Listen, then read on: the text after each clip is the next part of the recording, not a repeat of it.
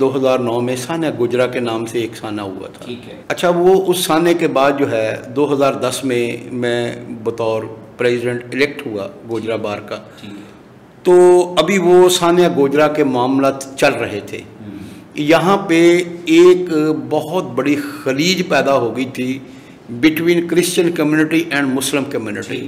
एक वकील को अपने प्रोफेशन के साथ मुखलिस होते हुए वो अपने प्रोफेशन में का उसने आगाज़ कर दिया। पब्लिक को, अवामुन्नास को जल्दी इंसाफ दिलाने के लिए, फौरी इंसाफ दिलाने के लिए, सस्ता इंसाफ दिलाने के लिए, बर वक्त इंसाफ दिलाने के लिए एक वकील जो है उसको अपने प्रोफेशन में किन मराहिल से गुजरना पड़ता है। पैसे तो मैंने कमाने ही हैं, क्यों ना ये काम मैं अल्लाह की रज़ा के लिए करूं। यार ये मजलूम आदमी है, इसके साथ जुल्म हो रहा है, इसके साथ ज़्यादती हो रही है, तो मैं इसकी हेल्प करूं, अल्लाह ताला मुझसे राज़ी हो। ये करेंगे तो पैसे तो पीछे भागेंगे आप। तो ये 2-3 चीज़ें हैं, आप इसको मिशन के तौर पे लें, ऑनेस्टली जो है इस पे मेहनत करें। तो मैं आज भी कहता हूँ कि टॉपर के लिए जगह है। इसमें वकील भी स्टेक होल्डर है, इसमें लिटिगेंट पब्लिक भी स्टेक होल्डर है, इसमें हमारे प्रोसिक्यूटर भी स्टेक होल्डर हैं, इसमें हमारी पुलिस भी स्टेक होल्डर है, हमारी अदलिया भी स्टेक होल्डर है। अगर ये तमाम लोग जो हैं मिल के कोई कावश करेंगे तो फिर जो है ये फौरी इंसाफ की मंजिल हमें हासिल हो सकती है। बिस्मिल्लाहिर्रहमानिर्रहीम। मोहतरम नाज़रीन, अस्सलाम वालेकुम। एक नई एपिसोड के साथ आपका मेज़बान अख्तर ज़िया हाज़िर खिदमत है। मोहतरम नाज़रीन, किसी भी घर, मुआशरे और रियासत का निज़ाम अदल के बगैर कायम नहीं रह सकता। अल्लाह रब्बुल इज़्ज़त जो कायनात का खालिक व मालिक है, उसकी एक सिफ़त अदल है और उसने कुरान पाक में इरशाद फरमाया, इअदिलू हुवा अक़रबु लित्तक़वा, कि तुम अदल करो क्योंकि तकवा के सबसे ज़्यादा करीब ये है। वो अदल को पसंद करता है इसलिए कि अदल के ऊपर ही कायनात का निज़ाम खड़ा है। नाज़रीन गिरामी, जिन माशरों में, जिन घरों में, जिन रियासतों में निज़ाम अदल मजबूत होता है वो कौमें सुरखरू होती हैं, इज़्ज़त से सर उठा के जीती हैं और माशरा उनके ऊपर नाज और फ़ख्र करता है।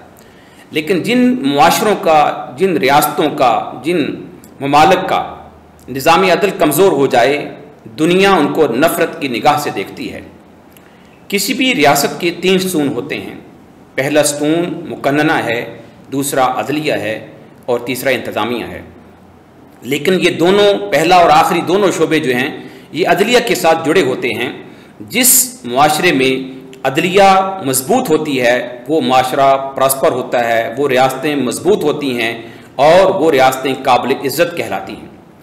अदलिया के साथ उनका राइट हैंड अगर हम देखें तो वो शोबा वकालत को कहा जाता है।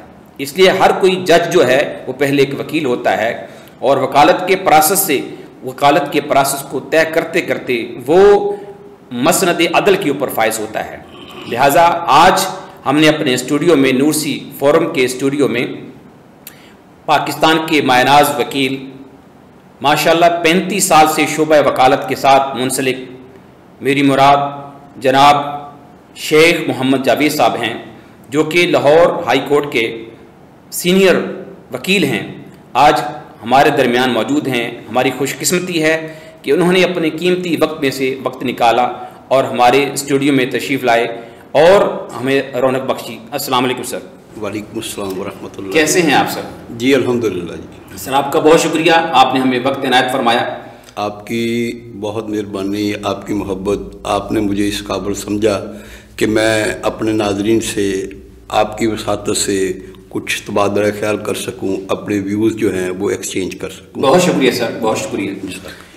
मैं शेख जावेद साहब ये अर्ज़ करूँगा कि ये जो प्रोग्राम हम कर रहे हैं, रिकॉर्डिंग हो रही है, ये वीडियो बन रही है और हमारे चैनल पे इसने अपलोड होना है, ये हमने एक सिलसिला शुरू किया है, प्रैक्टिकल सिलसिला, कि पाकिस्तान में बहुत सारे प्रोफेशंस हैं और हर प्रोफेशन जो है वो काबिल एहतराम है, वो मुअज़्ज़ज़ है।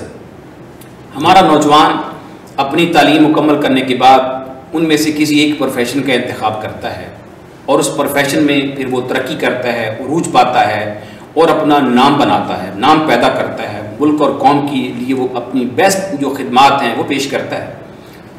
लिहाजा ये प्रैक्टिकल जो सिलसिले हैं कि बहुत सारे हमारे पेशे हैं जिनमें उन हजरात ने अपने अपने पेशे में बहुत सारी तजर्बात, बहुत सारे मुशाहदात और बहुत सारे लोगों से प्रैक्टिकली बहुत कुछ सीखा होता है, लेकिन वो चीज़ें हमारी किताबों में नहीं होती, वो नज़ायर हमें किताबों में नहीं मिलते नहीं हैं।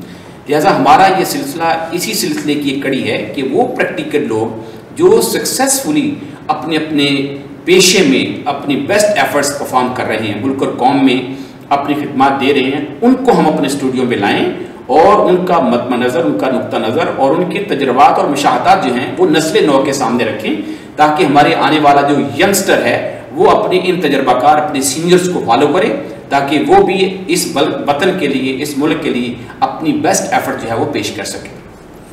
जी बिस्मिल्लाहिर्रहमानिर्रहीम। डॉक्टर साहब माशाल्लाह, सबसे पहले मैं ये अप्रिशिएट करूँगा कि आपने हमेशा जो है, जब से आप गुजरा में तशरीफ़ लाए हैं, मैं देखता चला आ रहा हूँ, ये कोई खुशामद वाली बात नहीं है, आपने हमेशा क्रिएटिव जो एक्टिविटीज़ हैं उनको प्रमोट किया है और ये बड़ी अच्छी काविश होती है। इसमें जो मुआशरे के पीछे लोग रह जाने वाले होते हैं और उनमें टैलेंट होता है और उनको फिर जो पुल ऑन करने की कोशिश होती है, उसमें आपने माशाल्लाह काफ़ी कोशिशें की हैं, हम देखते चले आ रहे हैं। अल्लाह ताला आपको जज़ाए खैर दे। और इसी तरह के काम जो होते हैं, जो कम्युनिटी में अगर किए जाएं तो कम्युनिटी जो है वो दीगर तरक्की याफ्ता लोगों के बराबर आती है। तो रवायती तरीक़ाकार से हट के आपने ये जो सिलसिला अपनाया है, किताबें तो बहुत हैं, आज पर नेट का दौर है, नेट पे जाएं तो हर किस्म की चीज़ें मिल जाती हैं, लेकिन वो कहते हैं जी कि कलाम शायर बज़ुबान शायर, जो अहवाल होता है किसी की प्रैक्टिकल लाइफ का, उसको इस तरह से मीडिया पे लाना, ये एक अलग से स्टाइल है और मैं इसमें आपके लिए दुआगो भी हूँ। अल्लाह ताला आपको कामयाब करे और जो हम लोग अपनी ज़िंदगी का काफ़ी हिस्सा गुजार चुके हैं, जो हमारे टूटे फूटे तजर्बात हैं हम लोगों के या दीगर शोबा है ज़िंदगी से मेरे जैसे लोगों के, काश वो हम लोगों तक पहुंचा सकें और काश जो है नई नस्ल उनको अपना सके। तो जिस तरह के हर शोबा में सबसे पहला स्टेप ये होता है कि इंसान के अंदर जज्बा होना चाहिए। अगर कहते हैं कि लगन सच्ची हो तो बड़ी से बड़ी मंजिल भी इंसान पा लेता है, इसी तरह ही ये शोबा भी है। यहाँ मैं आपसे ये पूछना चाहूँगा कि शोबे जैसे भी हम जिक्र कर रहे हैं और भी बहुत सारे थे, जब आप अपनी एजुकेशन मुकम्मल की होगी या आप इसमें आए होंगे या आपने लॉ की एजुकेशन जो लॉ ग्रेजुएट हुए होंगे, उस वक्त और भी बहुत सारे आपके सामने शोबे थे, बहुत सारे पेशे थे। मेरा सवाल आपसे ये है कि आपने इन तमाम शोबों में से डॉक्टर बन सकते थे, आप इंजीनियर बन सकते थे, आप सिविल सर्विसेज में जा सकते थे, आप पायलट बन सकते थे, तमाम मौके आपके सामने थे, लेकिन उन तमाम के दरमियान आपने शोबा वकालत को ही पसंद क्यों किया? कोई इंस्पायरेशन थी? वो मैं अर्ज़ करता हूँ जी कि ऐसे हुआ कि जब लाहौर गए हैं ना यहाँ से ग्रेजुएशन करने के बाद एडमिशन लेने के लिए, तो इरादा तो था कि किसी MA इंग्लिश वगैरह में एडमिशन ले लें, कल को CSS करें। तो उन्हीं दिनों में ये हुआ कि वहाँ मैं गया तो वहाँ पढ़ा, लॉ कॉलेज का भी विज़िट किया कि lawyers helps you to get justice. तो मैंने वहाँ से ये इंस्पायरेशन ली, मैंने कहा कि ये ठीक है, जो इसमें अगर मेहनत करें, किसी कमज़ोर शख्स की मदद हो जाए, किसी को हमारी वजह से इंसाफ मिल जाए, किसी को हमारी वजह से हक मिल जाए, किसी की हमारी वजह से दादरसी हो जाए, तो शायद ये हमारे लिए तो शायद आखिरत बन जाए। तो वो मेरे ज़हन में नक्श हुआ। उसके बाद जो है मैंने ये इस शोबे की मुख्तलिफ शख्सियात को देखा। जब मैंने देखा तो हमारे क़याम पाकिस्तान से पहले और क़याम पाकिस्तान के बाद जो बड़े बड़े नाम थे उनका ताल्लुक इसी शोबा से था। माशाअल्लाह। जैसे कायद-ए-आज़म रहमतुल्लाह अलैह, अल्लामा इकबाल कह लें, ज़ुल्फ़िकार अली भुट्टो कह लें, इस किस्म के जो बड़े लोग थे जिनका नाम था, तो वो ये लोग जो इसी शोबा से ही ताल्लुक़ रखते थे। तो फिर जो है हम लॉ कॉलेज में चले गए, वहाँ पे भी हमारी ये खुशकिस्मती है कि हमें आज जो पाकिस्तान के बड़े बड़े नाम हैं ये उस वक्त हमारे लॉ कॉलेज में पढ़ाने आते थे। चौधरी एतजाज़ हसन साहब जो हैं ये भी वहाँ लॉ कॉलेज में पढ़ाते रहे हैं। ये डॉक्टर फारूक साहब थे, चौधरी फारूक साहब अटॉर्नी जनरल रहे हैं पाकिस्तान के। डॉक्टर बासत साहब हैं। तो बाद में जो हैं ये काफ़ी लोग जो वहाँ जो आते थे वो जो अदलिया के में भी गए हैं और पाकिस्तान के दूसरे जो एडवोकेट जनरल, अटॉर्नी जनरल, उस जगह तक भी वो पहुँचे हैं जो हमारे टीचर लोग थे। माशाअल्लाह। तो वो भी हमारे लिए रोल मॉडल रहे हैं। तो मैं ये समझता हूँ कि जो टीचिंग जो है पर्टिकुलरली इस शोबे का टीचर जो है उसके लिए जो है एक रोल मॉडल हर लिहाज से, एक तो अच्छा वकील हो, उसको ला पे अबूर हो, फिर वो निज़ाम इंसाफ की गुत्थियाँ सुलझाना जानता हो, लोगों को अपना तजर्बा, अपना इल्म बताना जानता हो। तो ये चीज़ें अगर वो बताएगा तो फिर वो जो है वो स्टूडेंट जो हैं या बच्चे जो हैं वो यकीनन जो है वो अट्रैक्ट करेंगे उन बातों को और अपने ऊपर प्रैक्टिकली तारी करने की कोशिश करेंगे। माशाल्लाह माशाल्लाह। मुझे जो आपकी बात समझ आई, दो चीज़ों की वजह से आपने इस शोबे का इंतखाब किया। एक तो ये कि कम्युनिटी जो है उसकी वेलफेयर का आपके जहन में एक कॉन्सेप्ट आया कि आपकी वजह से अगर किसी को कोई मदद हो सके, अगर किसी के लिए आप कोई अदल और इंसाफ जो है उसमें कोई कंट्रीब्यूट कर सके। और दूसरा जो ग्रेट टीचर्स थे इसमें इस पेशे के अंदर जिनसे आपने पढ़ा, उन्होंने जब अपनी प्रैक्टिकल चीज़ें आपसे शेयर की होंगी तो फिर आप उनसे इंस्पायर हुए। जैसे आपने पाकिस्तान के बड़े बड़े लॉयर्स के नाम दिए, एतजाज़ हसन बहुत बड़ा नाम है पाकिस्तान में, और ऐसे बाकी टीचर्स भी जिनसे आप पढ़े होंगे। तो माशाल्लाह दैट्स गुड कि आपने जो एक फुल इंस्पायरेशन है अवाम कौम की खिदमत का जज्बा भी, और ग्रेट जो टीचर्स थे, अजीम असातिज़ा थे, उनसे जो आपने अक्से फैज़ किया, आपने चाहा कि इसको एज अ प्रोफेशन लेके इसे कौम की तरफ, इसको कौम को मुंतकिल किया जाए। माशाल्लाह। शेख जवेद साहब, बहुत ही खूबसूरत आपने गुफ्तगू के आगाज़ में अपना पस मंज़र बताया। अब हमारे नौजवान नस्ल जो है जब वो ये प्रोफेशन इख्तियार करना चाहती है, LLB करती है, LLM करना चाहती है, शरिया लॉ करना चाहती है या बैरिस्टर बनना चाहती है, उसको आगाज़ में कोई गाइड करने वाला नहीं होता। तो मैं आज इस प्रोग्राम की वसातत से आपसे अर्ज़ करना चाहता हूँ कि इसकी बेस्ट एज क्या है। ये जो मैंने तीनों प्रोग्राम्स बोले हैं, LLB है, LLM है, शरिया लॉ है या बैरिस्ट्री है, किस उम्र में ये की जा सकती है, ये सारी आप इन प्रोसेस को आप अलाइन कर दीजिए। और इसके ऊपर चूँकि हम प्रैक्टिकल बातें कर रहे हैं तो इसके ऊपर कितना खर्चा आता है ताकि आज का नौजवान उस हवाले से विजिलेंट रहे कि भाई अगर मैं इस शोबे में जाता हूँ तो मेरा इतना खर्चा मेरे पास होना चाहिए। देखें जी, जो जिस तरह पाकिस्तान में अनफॉर्चुनेटली ये तबकाती निज़ाम तालीम है कि कहीं जगह जाएंगे तो हमें आज भी वो टाट वाले स्कूल मिलेंगे, ठीक है, कहीं जगह जाएंगे तो आज भी हमें एचएसओनियन जो है लोग वो मिलेंगे, गवर्नमेंट कॉलेज लाहौर यूनिवर्सिटी जैसे अदारे मिलेंगे। इसी तरह इस शोबे में नहीं जी, पहले तो ये था जब हम पढ़ते रहे हैं उस वक्त तो ये प्राइवेट शोबे में बिल्कुल ये शजरे ममनुआ था। ठीक है। किसी ज़माने में एक होता था हमायत इस्लाम अंजुमन का एक अदारा लाहौर में, लेकिन वो बंद हो गया था कुछ अर्सा बाद। फिर जब हम आए हैं उस वक्त पंजाब यूनिवर्सिटी में था, बहावलपुर यूनिवर्सिटी में था, मुल्तान यूनिवर्सिटी में, ठीक है, प्राइवेट नहीं होते थे अदारे। अब उसके बाद और तब ये क्वालिटी एजुकेशन होती थी, पब्लिक सेक्टर में क्वालिटी एजुकेशन थी। जैसे मैंने आपको पहले बताया इंट्रो में कि वहाँ बड़े बड़े जो लोग हैं ये पढ़ाना अपने लिए एजाज़ समझते थे, और इसी वजह से जो है क्योंकि वो लोग शोबा वकालत से ताल्लुक़ रखते थे। हमारी क्लासेस सर्दियों में भी, जबकि जनवरी के महीने में सूर्य 7:15 7:30 35 मिनट पर निकलता है, तब भी हमारी क्लासेस जो है वो 7:30 बजे स्टार्ट हो जाती थी, इसलिए कि 9 बजे तब कोर्स का टाइम होता था।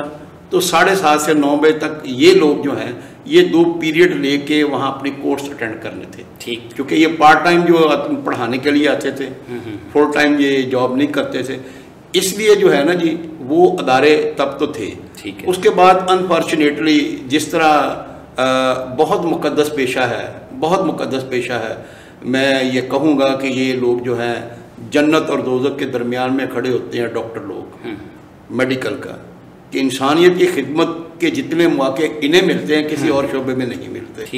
अब ये उसको भी देख लें कि प्राइवेट मेडिकल कॉलेजेस में पढ़ने वाले लोग जो हैं वो किस तरह का स्टफ आ रहा है।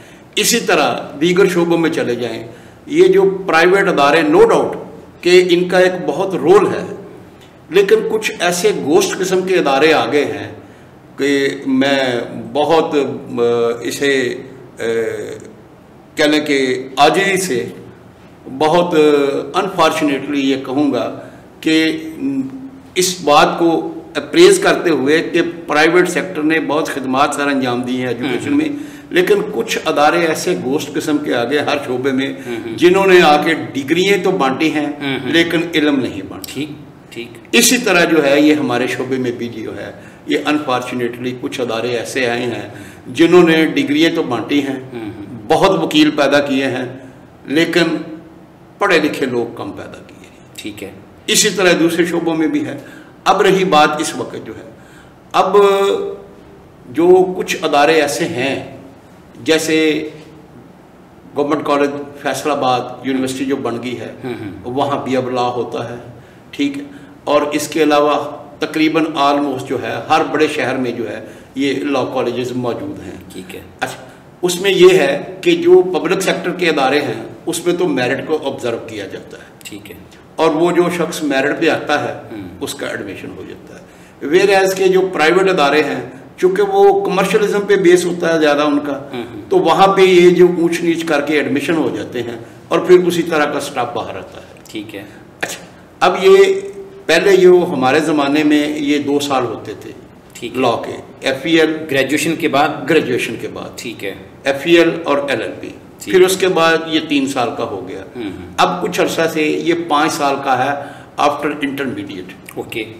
इंटरमीडिएट कह लें या उसके इक्विवेलेंट जो भी एजुकेशन होगी, ठीक है। जिस तरह मेडिकल में जाते हैं, इंजीनियरिंग में जाते हैं, तो FSC के बाद या उसके इक्विवेलेंट जो उनकी एजुकेशन होगी उसमें जाते हैं। सिमिलरली अब जो है लॉ जो है ये 5 साल का हो गया है। इसमें बहुत से अदारे हैं, हर शहर में हैं, लेकिन जो जिस तरह के हर अच्छे अदारे का एक इमेज होता है, और नो डाउट अच्छे अदारों से इंसान एजुकेशन के साथ साथ जो उसकी तरबियत और ट्रेनिंग होती है, जो उसको मैनर्स आते हैं, एटिकेट्स आते हैं, मुआशरे के साथ बर्ताव का जो उनको एक सिलसिला मिलता है, वो मेरा ख्याल है कि प्रैक्टिकल जो प्राइवेट अदारे हैं उनमें ये मुश्किल हो जाता है। प्राइवेट अदारे यकीनन बहुत बड़े नाम हैं, वो उनकी मैं बात नहीं कर रहा।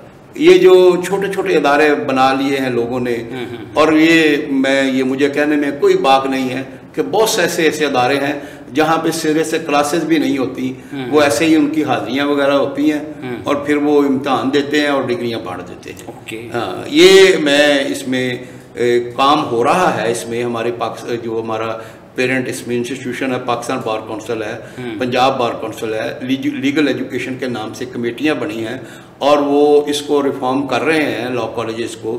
जो ऐसे गोश्त अदारे हैं उनका कला कमा करने के लिए काम कर रहे हैं, इसको स्टैंडर्डाइज करने के लिए काम कर रहे हैं। और ये बड़ी अच्छी काविश है कि जो डिग्रेडेशन की तरफ एक मैटर चल रहा था ना जी, वो अब काफ़ी हद तक रुक गया है। अब जो मुझे पता चला है कि कुछ सालों से इन्होंने इसकी पोजीशन को बड़ा टाइट कर दिया है। एक तो पहले एडमिशन के लिए अच्छा टेस्ट होता है, ठीक, बच्चे जो कंपटीशन में आएंगे उनका एडमिशन होगा।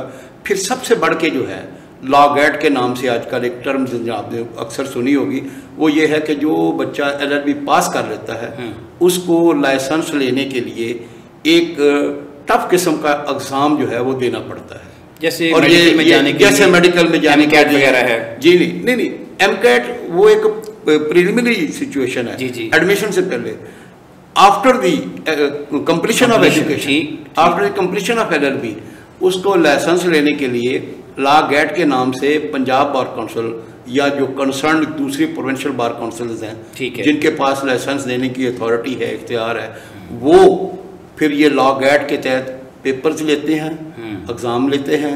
फिर बहुत से बच्चे जो हैं मैंने देखा है उसमें दो मरतबा जो है वो फेल हो जाते हैं। अच्छा। इसके बावजूद कि वो बड़े काबिल बच्चे होते हैं, लेकिन जैसे वो मेडिकल का जो है ना जी एंट्री टेस्ट, इसमें भी ये जो फिर ऐसे है कि कुछ सवाल जो है वो बच्चा नहीं समझ सकता, ठीक है, तो फिर वो रिपीट करते तो वो हो जाते हैं। लेकिन ये बड़ा अच्छा है, अप्रिशिएबल एक्ट है, ये हमारे अदारों की तरफ से बहुत अच्छी बात है। क्वालिटी एजुकेशन आनी चाहिए और ये जो डिटीरियरेशन की तरफ जा रहा था ये सिलसिला अब काफ़ी हद तक थमा है।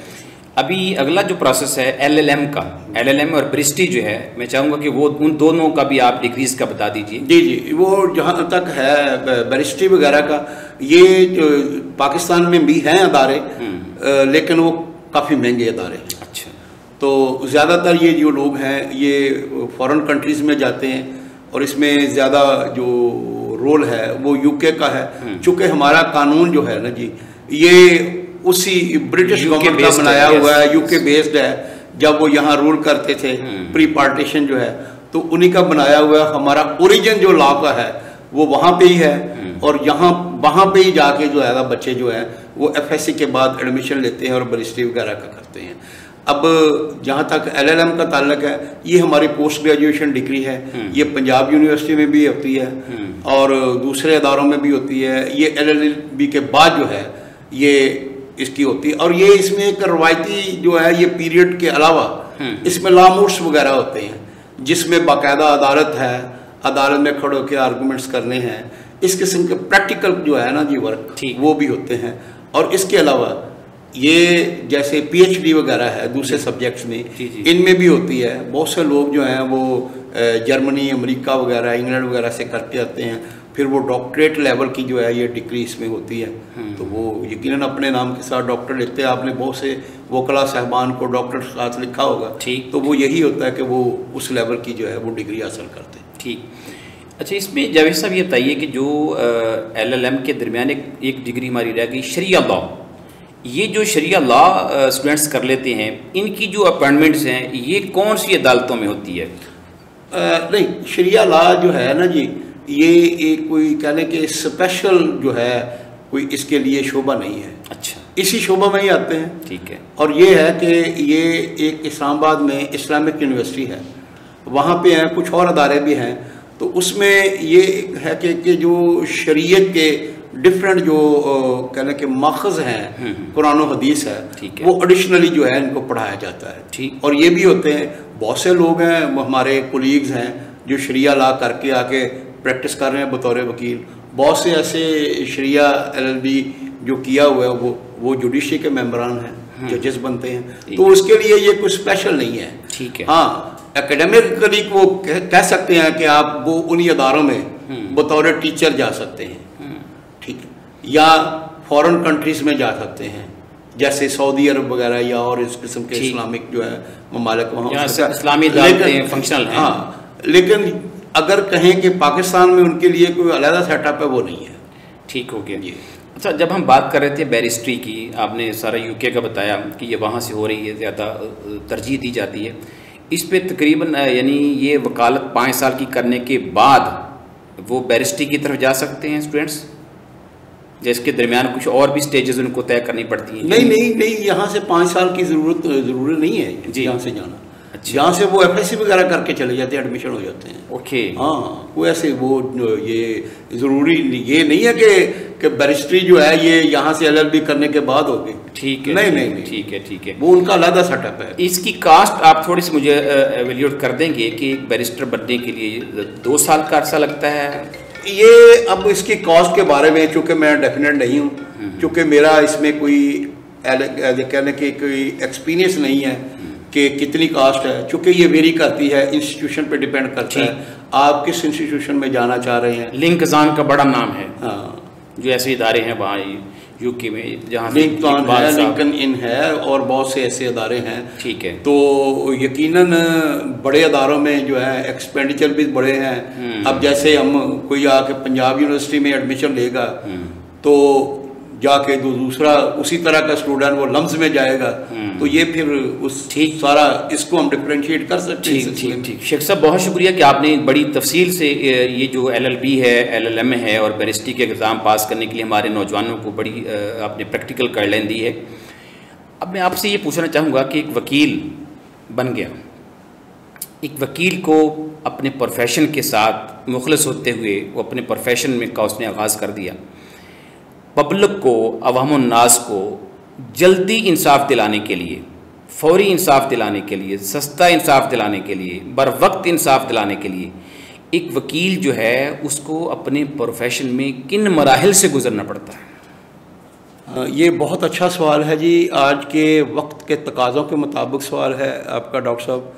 इसमें वकील अकेला जो है ना जी, वो स्टेक होल्डर नहीं है। इसमें बहुत से लोग स्टेक होल्डर हैं।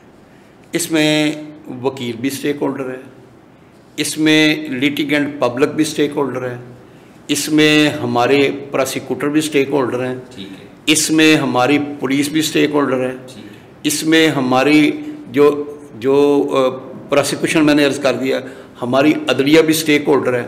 अगर ये तमाम लोग जो हैं मिल के कोई कावश करेंगे तो फिर जो है ये फौरी इंसाफ की मंजिल हमें हासिल हो सकती है। हाँ, अलबत्ता वो जैसे कहते हैं ना जी कि दिए से दिया जलाएं, चिराग से चिराग जलाएं। हाँ, वकील के लिए ये है कि वो गैर ज़रूरी एडजर्नमेंट जो है वो ना ले। मसलन जिस चीज़ के लिए केस फिक्स है, जिस प्रोसीडिंग के लिए कि जी एक एप्लीकेशन है उस पर बहस होनी है तो आप कर दें, एडजर्नमेंट ना लें, तो वो मरहला जो है उसको हम मिनिमाइज़ कर सकते हैं। लेकिन ये भी तभी होगा जब दूसरी साइड का वकील एग्री होगा, जब अदालत जो है वो भी पूरी तरह फंक्शनल होगी। ठीक, तो ये है सबसे पहले जो है ना जी, इसमें मैं अब आऊँगा, यहाँ चूँकि हमारे दो बड़े शोबे हैं, एक सिविल का है, एक फौजदारी का है, जिसको हम क्रिमिनल कहते हैं और सिविल कहते हैं, सिविल जिसको दीवानी भी कहते हैं। ठीक है। अब क्रिमिनल जो है ये स्टार्ट होता है जब हमारी FIR दर्ज होती है। ठीक है।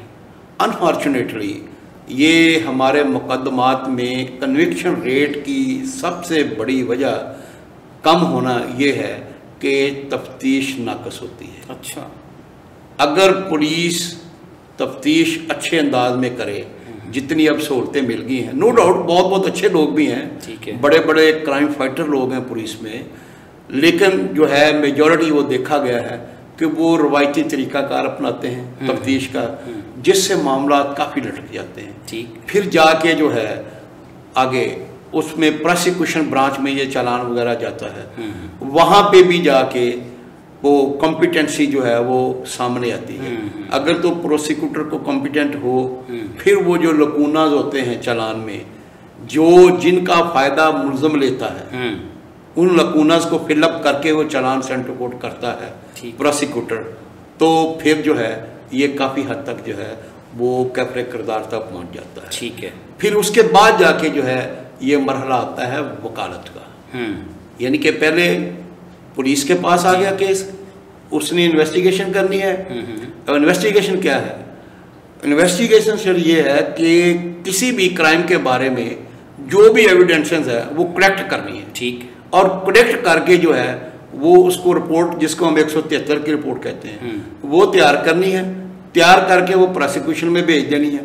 उसने एग्जामिनेशन वो उसको एग्जामिन करना है कि क्या जो सेक्शन अप्लाई किया है इसके बारे में मटेरियल प्लेस हुआ है सब मिसल पे। ठीक है। अगर नहीं हुआ, क्या इसमें डिलीशन या एडिशन होनी है, ये तमाम चीज़ें जो है ना जी, क्या वो रेलेवेंट डॉक्यूमेंट साथ लगाए गए हैं। ठीक। क्या किसी डॉक्टर ने ओपिनियन दी है, या DNA वगैरह की रिपोर्ट है, या दूसरी फोरेंसिक कोई एविडेंस है, क्या वो अटैच की है। फिर वो उसको अदालत में पेश करेगा ट्रायल के लिए, तब जाके जो है ये वकालत का जो है सिलसिला शुरू होना होता है। गुड। तो अगर ये मरहला जल्दी अबूर हो जाए, अब कानून में प्रोवाइडेड है कि 14 दिन के अंदर अंदर मुकम्मल या नामुकम्मल चालान अदालत में भेजना है। ठीक है। अनफॉर्चुनेटली अब मैं किसी को मुर्द इल्ज़ाम नहीं कहूँगा, चूँकि मैंने पहले कहा है कि स्टेक होल्डर सभी हैं, सभी मिलेंगे तो ये सारा निज़ाम इंसाफ बेहतर होगा। ठीक है। साल साल जो है वो बहुत बहुत सीधे सीधे जो केसेस हैं उनका चालान जो है वो अदालत में नहीं आता। वो रवायती सुस्ती, वो तसाहल पसंदी, वो गैर पेशा वाराना अप्रोच, ये तमाम चीज़ें जो है सामने आती हैं। ठीक ठीक ठीक ठीक। जब ये सब बहुत ही खूबसूरत गुफ्तगू चल रही है माशाल्लाह, बहुत ही आपने जो मराहल बताए हैं, वाकई इन मराहल से गुज़रना जुए शीर लाने की मुतरातिफ है, और इन मराहल के बाद इंसाफ का आ जाना मैं समझता हूँ ये तो बहुत ही बड़ी बात है। अल्लाह करे कि ये जो हमारे 4-5 आपने स्टेप्स बताए हैं एक फौरी इंसाफ के लिए, तो ये स्टेप्स ज़ाहिर हर एक दूसरे से इंटरलिंक है, सिर्फ वकील कुछ नहीं कर सकता है जब तक पहले जो शोबे हैं वो उसके साथ तावन नहीं करते। जवेद साहब, अगर हम आगे चलते थोड़ा सा, अगर हम थोड़ा सा पाकिस्तान की फोर फादर्स को देखते हैं, अपने फोर फादर्स को देखते हैं, तो वो हमें सपोज़ मेरे वाले साहब हिजरत करके इंडिया से आए, कुछ बुज़ुर्ग थे जिनसे मैं मिला तो वो हमें ये कहा करते थे कि बेटा अंग्रेज़ का दौर बहुत अच्छा था। तो मैं और बाबा जी से बात की, मैंने कहा बाबा जी वो क्यों अच्छा था? कहते बड़ा इंसाफ होता था, बड़ा इंसाफ होता था। खैर, अगर हम देखते हैं अपने बानियानी पाकिस्तान को, जो मुसव्वरे पाकिस्तान को अगर हम ले लेते हैं, कायद आज़म रहमतुल्लाह अलैह बानी पाकिस्तान को ले लेते हैं और पाकिस्तान के लिए एफर्ट्स करने वाले और बहुत सारे लोगों को देखते हैं, तो वो वकाला थे और उन्होंने दुनिया की अदालत में पाकिस्तान का केस लड़ा और कहाँ लड़ा, अंग्रेज़ों के साथ भी लड़ा, हिंदुओं के साथ भी लड़ा, फिर जो मुसलमानों में से उसके मुखालिफ थे उनसे भी लड़ा। 3-3 महाजों पे वो हमारे जो लीडर थे बानी पाकिस्तान थे, उन्होंने केस लड़ा और अल्हम्दुलिल्लाह ताला वो केस जीत गए। आज हम उस पाकिस्तान में बैठे हुए हैं, अल्हम्दुलिल्लाह, अल्लाह का लाख लाख शुक्र है, अल्हम्दुलिल्लाह। लेकिन बात यह है कि हमारे बानियान को के लिए, यानी वो वकाला थे, उनके बारे में हमारी आवाम की राय बहुत अच्छी है, उन्होंने हमारा केस जीता। लेकिन क्यों ऐसा डाउनफॉल आ गया कि आज का वकील जो है अपने कायद और अपने राहबर के रास्ते पे क्या चल नहीं पाया? क्या वो शऊर का वो उनके अंदर वो जो बल्ब है वो रोशन नहीं हुआ कि वो नेकनामी जो मेरे बानियान से चली थी, आज का जो वकील है उसके अंदर उसकी वो जो स्पिरिट है, अगर तख्लीक कुछ नहीं था तो कुछ बना दिया उन वकाला ने, तो आज तो सब कुछ है। तो आज तमीर पाकिस्तान में वकला के बारे में जो अवाम की राय है, जो आज हम स्ट्रीट में जाके देखते हैं, गली मोहल्ले में देखते हैं, अदालतों में जाके देखते हैं, तो आज का जो वकील है उसके बारे में अवाम की राय कुछ इतनी अच्छी नहीं है। इस बारे में आप क्या कहेंगे? सर देखिए, मैं अर्ज़ करता हूँ, इसमें मुझे कोई बात नहीं है कहने में, क्योंकि वो कहते हैं कि one must be a realistic, जो हकीकत पसंदाना अप्रोच है वो होनी चाहिए। जिस तरह अनफॉर्चुनेटली हमारे मुआशरे में हर शोबे में डिटीरियोरेशन आई है, इसी तरह हमारे शोबे में भी आई है। ठीक। और जैसा कि मैंने पहले अर्ज़ किया, अल्हम्दुलिल्लाह अब इस चीज़ को रियलाइज़ किया है हमारे पेरेंट इंस्टीट्यूशंस ने। ठीक। और वो उन्होंने बेहतरी के लिए बहुत से इक़दाम किए हैं और किए जा रहे हैं। अच्छा, सिमिलरली इसमें थोड़ा सा फ़र्क है डॉक्टर साहब, वो ये है कि वकील जो है ना जी, अब वो कहने कि उसकी गुट्टी में ये शामिल हो जाता है जब वो लॉ ग्रेजुएशन करता है, वो किसी भी ज़्यादती, किसी भी जुल्म, किसी भी अनजस्टिस के ख़िलाफ़ जो है ना जी, वो एक आवाज़ ज़रूर उठाता है। ठीक। बाज़ औक़ात ये अपना अपना जो स्टाइल होता है, वे ऑफ स्पीकिंग होता है, कुछ लोग धीमे लहजे में बात करते हैं, कुछ लोग ज़रा लाउडली बात करते हैं। अब जो वकील वो उस जुल्म के ख़िलाफ़, उस नाइंसाफ़ी के ख़िलाफ़ कुछ लाउडली आवाज़ उठाते हैं, तो फिर जो है उसमें ये कुछ हमारे मीडिया वाले भाई जो हैं वो एग्जैजरेशन कर जाते हैं। ठीक। वो एक बहुत बुरा लफ्ज़ है। अब मुझे ये बताएं, किस शोबे में ये गर्दी नहीं होती? ठीक। हर शोबे में गर्दी बिल्कुल हो जाती है ना।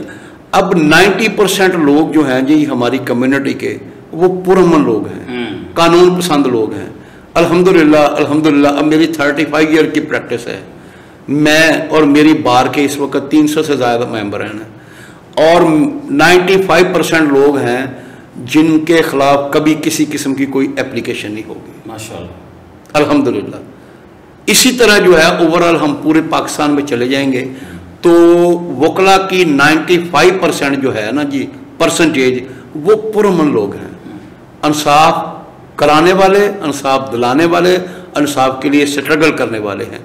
कुछ फीसद लोग ऐसे हैं जो बीच में मैंने कहा एक स्पेल आया था प्राइवेट लॉ कॉलेजेस का, जिन्होंने डिग्रियाँ बांटी हैं, डिग्रियाँ, और वो इल्म नहीं बांटा, वो कुछ लोग आए थे। अब उसी तरह जो है ये मैं वो कहते हैं कि कोई नाराज़ ना हो जाए, सारे मेरे लिए मोहतरम है, डॉक्टर्स के पास चले जाएं, वहाँ पे अब जो है यंग डॉक्टर्स क्या नहीं करते जो वकला करते हैं। बात यह है कि सिर्फ एक वो जबान पे आ गया ना जी कि वकला कर दी, इसी को एक्सप्लॉइट किया जा रहा है। अदरवाइज मैं समझता हूं कि वकला जो है मिन हैसल कौम 90% जो है ये अमन पसंद, कानून पसंद और अच्छे लोग हैं। ठीक, सिर्फ ये है कि कुछ लोग जो हैं, जैसे मिसाल के तौर पे माइंड ना कीजिएगा, आप प्रोफेसर लोग हैं या टीचर लोग हैं, आपका मिजाज ऐसा होता है कि आप बात तो करेंगे, लिखेंगे भी, बात को समझाएंगे भी, आपका स्टाइल थोड़ा सा कहने के धीमा होगा। हमारे जो कुछ लोग हैं, भाई हैं, उनका जो है वो स्टाइल जो है वो ज़रा लाउडली होता है और उसी को जो है वो फिर जो है एक्सप्लॉइट किया जाता है, उठाया जाता है, हालांकि उसमें कोई ऐसी बात नहीं होती। तो ये सिचुएशन है, इस वजह से जो है जो थोड़ी बहुत इसमें आई है डिटीरियोरेशन, उसको बेहतरी के लिए इदारे जो हैं वो काम कर रहे हैं, इंशाल्लाह बहुत बेहतर हो जाएगा। नहीं ये तो और मैं इसमें एक और मैं ये कहता हूँ कि किसी भी खबर से पहले देखें, अगर हमारी जिम्मेदारी है ना जी, तो हमारे साहबी भाइयों की भी है जी, बिल्कुल हमारे शोबे, दूसरे जिंदगी के शोबों की भी है। ठीक है। अब बगैर तस्दीक किए जो है ये वकला गर्दी वकला, मैं बताता हूँ, अब पुलिस वाले हमारे पास रोज आते हैं, हमारे भाई हैं जी, उनके बगैर यकीनन जो है ये अमन मान की सिचुएशन जो है लॉ एंड ऑर्डर को मेंटेन करते हैं, बड़ी सख्त ड्यूटी है उनकी, 24 घंटे के बेचारे मुलाजम होते हैं। ठीक है। अब उनमें से तकरीबन जो है वो भी 90% लोग जो है वो मेहनत से अपना काम करने आते हैं। कुछ लोग ऐसे होते हैं जो जानबूझ के जो है वो नाइंसाफी कर रहे होते हैं किसी पार्टी के साथ। अच्छा। अब हर एक का मिजाज होता है मुख्तलिफ, जब वो नाइंसाफी करेगा एक उसी तरह के जो है अब आगे से वकील होगा जो अब हमारी जैसा तो ठंडा नहीं होगा, जो जिंदगी गुजार चुके हैं, नौजवान है, नौजवानों के जज्बात और होते हैं, ठीक है। वो टॉलरेट नहीं करेगा, फिर वहां पे मुठभेड़ होगी, ठीक, क्लैश होगा, जो है रिफ्ट क्रिएट होगी। ठीक है। तो ये फिर वो उसको एक्सप्लॉइट किया जाता है। ठीक है, ये सिचुएशन। मैं आपकी जो बात समझ गया हूँ कि नो डाउट हर शोबे के अंदर ही कुछ ऐसे लोग होते हैं जो मतलब समझ ले कि स्टैंडर्डाइज नहीं है, वो हर इदारे में, हर पेशे में, हर जगह पे ऐसे लोग होते हैं। मैं जो आपसे इस सवाल की स्पिरिट में पूछना चाहता हूँ कि ये जो लोग हैं इन्होंने तहरीक पाकिस्तान में रोल प्ले किया। पाकिस्तान में जब भी कोई अदालतों के हवाले से या कुछ भी ऐसा मतलब उसको कानून की पटरी से उतारने की कोशिश की गई, तब भी वकला जो हैं वो, अगर हम तहरीक उसकी इंसाफ की जो मूवमेंट चली थी उसको अगर हम देखते हैं तो जस्टिस मूवमेंट जो है उसमें भी हम इनका एक बड़ा रोल देखते हैं। यानी इन्होंने बहुत मौके पे बड़ा ही की रोल प्ले किया है। मैं पूछना चाहता हूँ कि वो जो स्पिरिट है जो मेरे बानियान में नज़र आती थी इस पाकिस्तान को बनाने में, तख्लीक़ पाकिस्तान में जो नज़र आती थी, अगर तमीर पाकिस्तान में आज का वकील वो अपना थोड़ा वज़न डाल दे तो मैं समझता हूँ चूँकि अल्लाह ने इसको दलाइल से, अल्लाह ने इसको इल्म दिया होता है, ये लॉजिकल माइंडेड पर्सन होते हैं और जो क्रिटिकल चीज़ें होती हैं उनको ये फेस करते हैं, तो आज भी बहुत जल्द हमारा माशरा जो है वो मैं समझता हूँ वो ट्रैक पे चढ़ सकता है। वो स्पिरिट जो है आज के वकील को आप क्या यहाँ पैगाम देना चाहेंगे कि वो कैसे पैदा की जा सकती? मैं बताता हूँ जी। उसमें सूरत हाल ये है, डॉक्टर साहब आपने अपने सवाल में ही इसका जवाब दे दिया। आपका सवाल था कि वो स्पिरिट कैसे पैदा होती है। सर ये स्पिरिट आज भी मौजूद है, वो सिर्फ होती है कोई चंगारी जो है उसको दिखाने वाली। ठीक, जैसा कि अभी आपने खुद रेफरेंस दिया कि ये जो अदलिया बहाली तहरीक थी उसमें वकला का किरदार, अब देखें 47 गुजरे और ये 2007-8 की बात है जी, तकरीबन उसको कहने के हम 50 साल बाद, 60 साल बाद ठीक ये हुआ था। वही स्पिरिट थी उसमें भी। मैं खुद शामिल रहा हूँ अल्हम्दुलिल्लाह, उस तहरीक में मैंने काम किया है। मुझे चौधरी इफ्तिखार साहब चीफ जस्टिस ऑफ पाकिस्तान की तरफ से लाइफ अचीवमेंट अवार्ड भी मुझे मिला है, वो मैं भूल गया हूँ साथ लाना, तो वो मेरे पास आज भी मेरा एसेट है। ठीक, तो वो सुप्रीम कोर्ट की बिल्डिंग में एक बहुत बड़ा फंक्शन हुआ था। ठीक, जिन लोगों ने उस तहरीक में हिस्सा लिया था वो अल्हम्दुलिल्लाह हम भी पेश रहे हैं।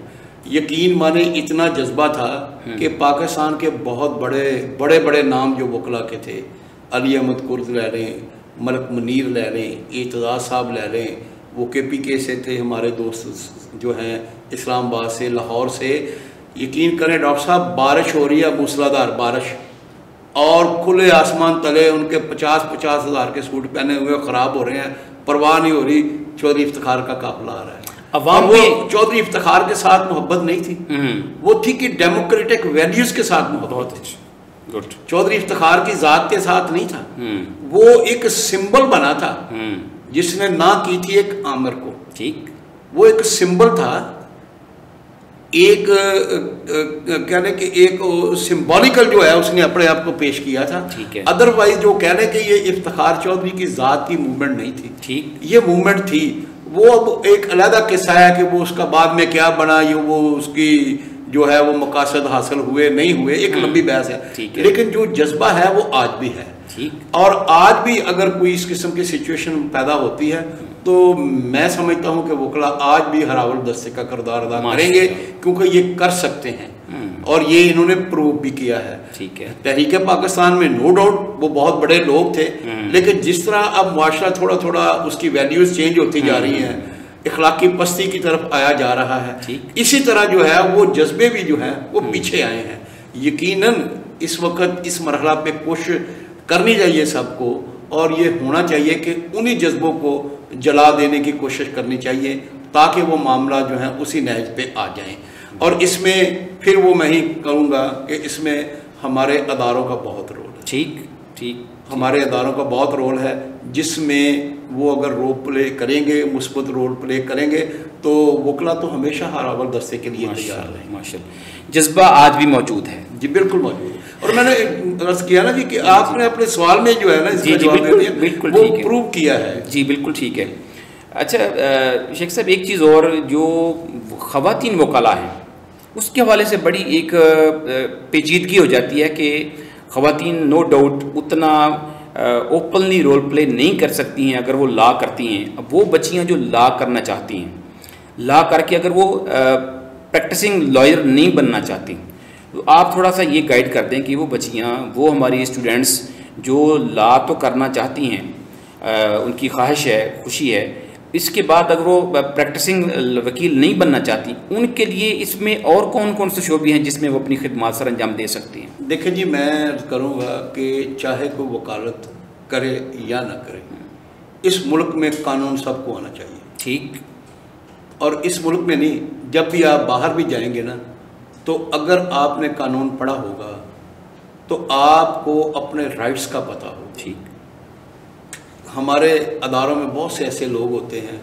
जो लोगों को कानून की नाइल्मी होने की वजह से जो है वो इस्तेसाल करते हैं। ठीक है, अब अगर कोई लॉ नोइंग पर्सन है, अब आपको कानून का पता है, आप जा रहे हैं, किसी इदारे का कोई एहलकार जो है वो आपसे सवाल करता है, आपको कानून का पता, आप कहते हैं भी आप अपने इख्तियारात का नाजायज़ इस्तेमाल। ठीक, तो ये स्पिरिट पैदा करता है लॉ की डिग्री उस शख्सियत में। ठीक हो गया। अब रहा बच्चियों का मामला, बच्चियां ज़रूर लॉ करें, ये ज़रूरी नहीं है कि हर लॉ करने वाला जो है वो वकील ही बनेगा। ठीक है, उसके लिए ये है वो PCS में बैठ सकते हैं। ठीक है, वो CSS कर सकते हैं, और बहुत आजकल जो है फैमिली कोर्स ल्यूक्रेटिव जो है ये जॉब्स हैं जो हमारे जुडिशल ऑफिसर बनते हैं। ठीक, बहुत बच्चियां आई हैं इन्होंने। अच्छा, और उनके लिए बड़े शहरों में तो अलग से फैमिली कोर्ट्स बन गई हैं, गार्डियन कोर्ट्स बन गई हैं, सिविल जजेस हैं बच्चियां हमारी जो हैं, फिर प्रोसिक्यूशन में बहुत ज़्यादा आ गई हैं, फिर कंपटीशन के दूसरे जो एग्ज़ाम होते हैं उनमें बच्चियां आ जाती हैं। तो ये इनके लिए बहुत फील्ड है, ज़रूर करना चाहिए ख़वातीन के लिए। ख़वातीन के लिए अब ख़वातीन का एक और भी मसला होता है कि हमारा चूँकि मुआशरा जो है ये एक ईस्टर्न मुआशरा है जिसमें बहुत सारी बच्चियां हैं, आपके एक्सपीरियंस में भी होगा, आपकी बहुत सारी स्टूडेंट्स भी ऐसी होंगी इवन के जो MBBS करने के बाद भी जो है डोमेस्टिक वाइफ के तौर पे घर बैठ जाती है। ठीक, इसी तरह जो है, लेकिन वो एजुकेशन जाती तो नहीं है उनके। जी जी बिल्कुल, उनके अपने हालात ऐसे होते हैं कि वो घर बैठ जाती हैं। हालांकि उस पर जो पब्लिक सेक्टर में बच्ची या बच्चा डॉक्टर बनता है उस पर कौम का बहुत पैसा खर्च होता है, वकील पे तो उतना होता ही नहीं है। जी सही, लेकिन घर बैठ जाती हैं। यानी इसमें प्रोटेक्शन है उनके लिए, प्रोटेक्शन है ये, और बहुत सारे मुतबादल रास्ते हैं। अगर वो प्रैक्टिसिंग लॉ नहीं करना चाहती वो प्रैक्टिस ना करें। जी, और बहुत सारे हैं। नहीं, इसके अलावा भी है, वो कहते हैं कि अगर आप पढ़ी लिखी कौम पैदा करना चाहते हैं तो माओ को पढ़ाएं। जी ठीक है, ठीक। तो ये लाभ भी तो, चूँकि हम, वो आपकी बात ठीक है, हम चूँकि बात कर रहे हैं उनकी प्रोफेशन के हवाले जी जी जी कि उन्होंने कर ली, लेकिन ज़रूरी तो नहीं ना कि सारे अब जो एक्टिव लॉयर्स हैं वही हो जाएं, प्रैक्टिसिंग लॉयर बन जाएं, यानी उनके लिए रास्ते मौजूद हैं, मुतबादल चीज़ें मौजूद, बिल्कुल रास्ते मौजूद। शेख साहब बहुत ही खूबसूरत हमारी माशाल्लाह गुफ्तगू चल रही है। अब हम गुफ्तगू के अख्ताम की तरफ बढ़ रहे हैं। तो मैं यहाँ मौला अली शेर खुदा रज़ी अल्लाह ताला अन्हु का वो कौल आपके सामने पेश करूँगा कि जिसमें वो मशहूर कौल है, आजकल तो पाकिस्तान में हर एक की ज़ुबान पे वो कौल उनका है, जिसमें आप फरमाते हैं कि जो माशरा हैं वो कुफर के साथ तो चल सकते हैं, सर्वाइव कर सकते हैं, लेकिन वो जुल्म और नाइंसाफ़ी के साथ नहीं चल सकते। ऐसे ही अगर हम इस्लाम की तालीमात देखते हैं तो इस्लाम की रोशन तालीमात हैं अदल और इंसाफ के हवाले से। खुलफ़ाए राशिदीन का निज़ाम देखते हैं, वहाँ हमें अदल टॉप पे नज़र आता है। जिस भी रियासत को देखते हैं वो आज जिनको हम वेस्टर्न सोसाइटीज़ कह रहे हैं, वहाँ अगर हम देखते हैं तो लॉ जो है वो अपनी एक्चुअल स्पिरिट के साथ हमें नज़र आ रहा है। पाकिस्तान को समझ लें कि बने हुए कोई 75 साल का अरसा हो गया। इसी टाइम में हमारे साथ ही बहुत सारी जो रियासतें हैं उनको वजूद मिला। मैं चाइना की मिसाल दे देता हूँ, ऐसे और बहुत सारे मुल्क जो हैं वो हमारे बाद बने हैं। अगर हम इन मुल्कों को देखते हैं और फिर अपने मुल्क को देखते हैं तो एक बड़ी परेशान कुन सी एक लिस्ट है हमारे सामने, और वो लिस्ट क्या है कि हमारा निज़ामी इंसाफ जो है वो कोई मुअज़्ज़ज़ जो मुल्क हैं जिनको इस वक्त एक डिग्निटी हासिल है, एक तो हम उस लिस्ट में सबसे एंड पे, अगर 139 मुल्क हैं, अनफॉर्चुनेटली 139 मुल्कों में हम 130 या 32वें नंबर पे खड़े हैं। और दूसरी बात ये, हमारे जो केसेस हैं, जो पेंडिंग केसेस हैं, उनकी तादाद जो है वो भी 19 लाख तक पहुंच चुकी है। मेरा आपसे सवाल ये है कि क्या ऐसा मैकेनिज्म बनाया जाए, जैसे आपने अपनी गुफ्तगू के आगाज़ में 4-5 शोबों के मिला के बात की थी, क्या ऐसा मैकेनिज्म बनाया जा सके कि एक तो आलमी रैंकिंग जो है जस्टिस की, उस लिस्ट में हम एक इज़्ज़त वाला नाम हासिल कर लें, और दूसरा जो हमारे इस वक्त ओवरलोडेड हैं हमारे सारे इदारे, अदलिया है, एक वकील के पास सैकड़ों केसेस हैं, कैसे इनको अलाइन किया जाए कि जल्द अज जल्द जो हैं ये केसेस जो हैं निपटाए जा सके, 19 लाख जो हैं, और हम मुअज़्ज़ज़ कौमों की फहरिस्त में हम दोबारा शामिल हो सकें। जी, ये आपने मौला अली शेर खुदा रज़ी अल्लाह ताला अन्हु का एक जो है ये कॉल पेश किया है। मैं भी उन्हीं की एक मिसाल दे के ना जी वो अपनी गुफ्तगू का इस पहलू से आगाज़ करता हूँ। वो कहते हैं कि इस्लाम की सबसे पहली वकालत जो है ना जी, वो मौला अली शेर खुदा ने की। वो किस तरह, जो वकालत क्या है, वकालत आजकल तो उसका थोड़ा सा मफ़हूम चेंज हो गया है ना जी, कि हर लिहाज से अपने क्लाइंट की करनी है, ठीक है। अदरवाइज़ ये बेसिक जो है ये है interpretation of the law. Relevant law जो है उसको इंटरप्रेट करना है और फिर प्रैक्टिकली जो है उसको इम्प्लाई करवाना है उस पर, ठीक है। अब हुआ ये कि सैयदना उमर रज़ी अल्लाह ताला अन्हु, उनसे बड़ा कौन आदल हुक्मरान हो सकता है। उनके दौर में एक केस आया तो जानिया औरत जो है वो पेश हुई उनके पास और वो प्रेग्नेंट थी। उन्होंने हुक्म दिया कि इसको जो है ये संसार कर दो या क्या कोड़ों का सजा दे दो, ठीक है। तो वहाँ ये तो होता नहीं था कि अब इसको जो सजा है उसको एग्जीक्यूट करने में कई साल लग जाने, वो तो फौरन अमल दरामद होता था वहाँ पे, ठीक है। तो वो उन्होंने सजा का हुक्म सुना दिया। अब ये देखें उनकी दानाई हिकमत अल्लाह ताला ने जो उनको दी थी, तो उन्होंने उस वक़्त फरमाया कि ए अमीरुल मोमिनीन, मैं इसमें एक बात अर्ज़ करना चाहता हूँ, इजाज़त हो तो, क्योंकि काजी के सामने भी थे। जी बिल्कुल। तो उन्होंने कहा जी फरमाया आप क्या कहते हैं। कहा जी कि इस औरत ने गुनाह किया है, इसका तो कसूर है, इसको आपने सजा दी, लेकिन ये प्रेग्नेंट है, इसके पेट में बच्चा है, उसका क्या कसूर है, जब इसको संसार करेंगे या कोड़े मारेंगे वो भी मर जाएगा, सजा बच्चे को क्यों, सजा बच्चे को क्यों। तो वो देखें वो भी लोग क्या लोग खूबसूरत खूबसूरत दिफा किया क्या उस केस का। तो उन्होंने कहा कि अली अगर आज ये तू बात ना बताता तो उमर हलाक हो जाता। यानी कि वो फैसला गलत हो जाता, उस बच्चे को भी सजा हो। ये है सर इंटरप्रिटेशन लॉ की। ठीक। तो अनफॉर्चुनेटली हुआ ये है कि हमारा ये था निज़ाम अदल, जिस तरह आके यहाँ पे ब्रिटिश ने रूल किया, वेस्टर्न सोसाइटी के मुताबिक यहाँ पे कवानीन को बनाया, वक़्त के साथ उसमें तब्दीलियाँ हुई हैं। आज भी जो हमारा एग्जिस्टिंग कॉन्स्टिट्यूशन है, एग्जिस्टिंग लॉ है, उसी को लेटर एंड स्पिरिट के मुताबिक हम अमल कर दें तो हमारी इंसाफ की स्पीड जो है वो तेज़ हो सकती है और प्रैक्टिकली जो है उस पर जो है हम उसको मिनिमाइज जो लिटिगेशन है उसको कर सकते हैं। ठीक है। मतलब मैं आपको 2 मिसालें देता हूँ। काम करने की है, कवानीन बुरे नहीं होते, अब उनको इम्प्लीमेंट करवाना होता है।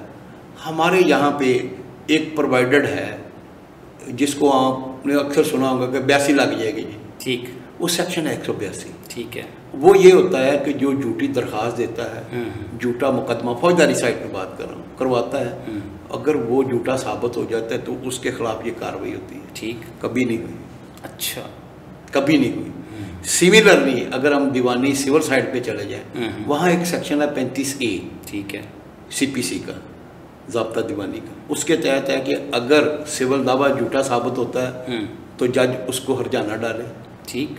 और अनलिमिटेड पावर है जज के पास उसको हर्जाना डालने की। अच्छा।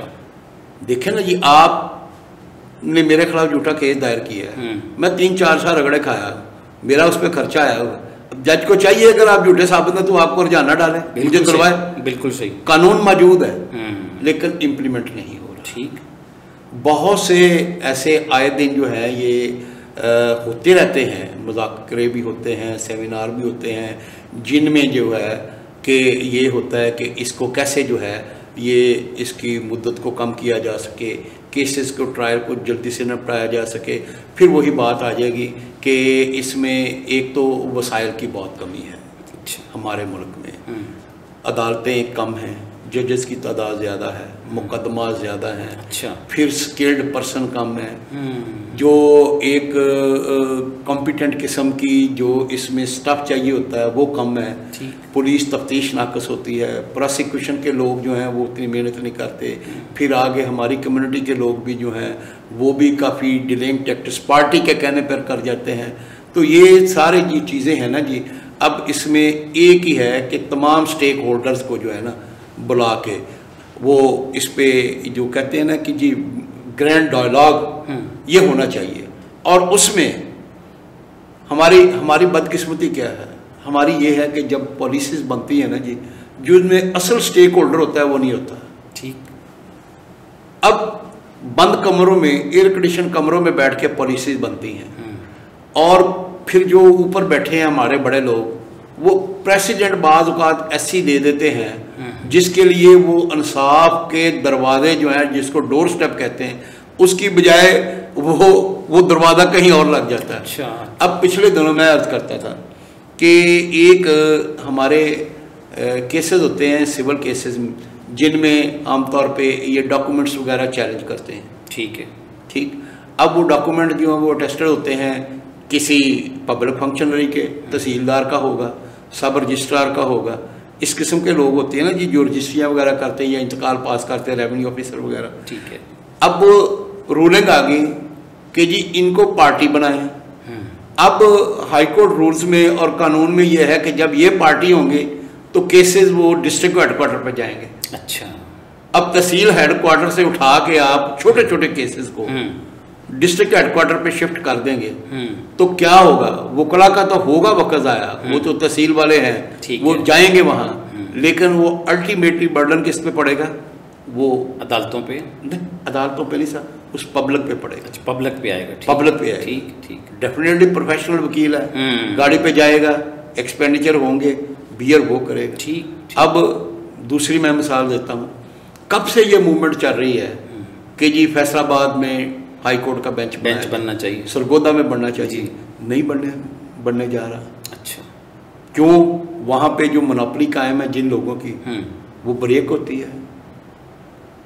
हालांकि मैं यकीन करें कि बहुत दफ़ा जाके महसूस किया है कि चलो हम तो गोजरा से जाते हैं ना जी, मोटरवे हमें अवेलेबल है। वो लोग जो ईसा खेल से चले हुए हैं, कब से चले हैं, कितना खर्चा है, कितना महंगा पेट्रोल खर्च करके आए हैं, और 4 बजे पता चलता जी लेफ्ट ओवर हो गया केस। ये चीज़ें जो हैं ये देखने वाली हैं। यानी सिस्टम, मैं समझता हूँ कि सिस्टम सपोर्ट नहीं कर रहा है, सिस्टम सपोर्ट निज़ामी अदल को। सिस्टम सपोर्ट करेगा अगर इसके कल पुर्जे जो मैंने कहा है जी जी खलूसे नियत से इस पे अमल करना चाहेंगे। ठीक ठीक। कोई भी डॉक्टर साहब कानून बुरा नहीं होता जी बिल्कुल।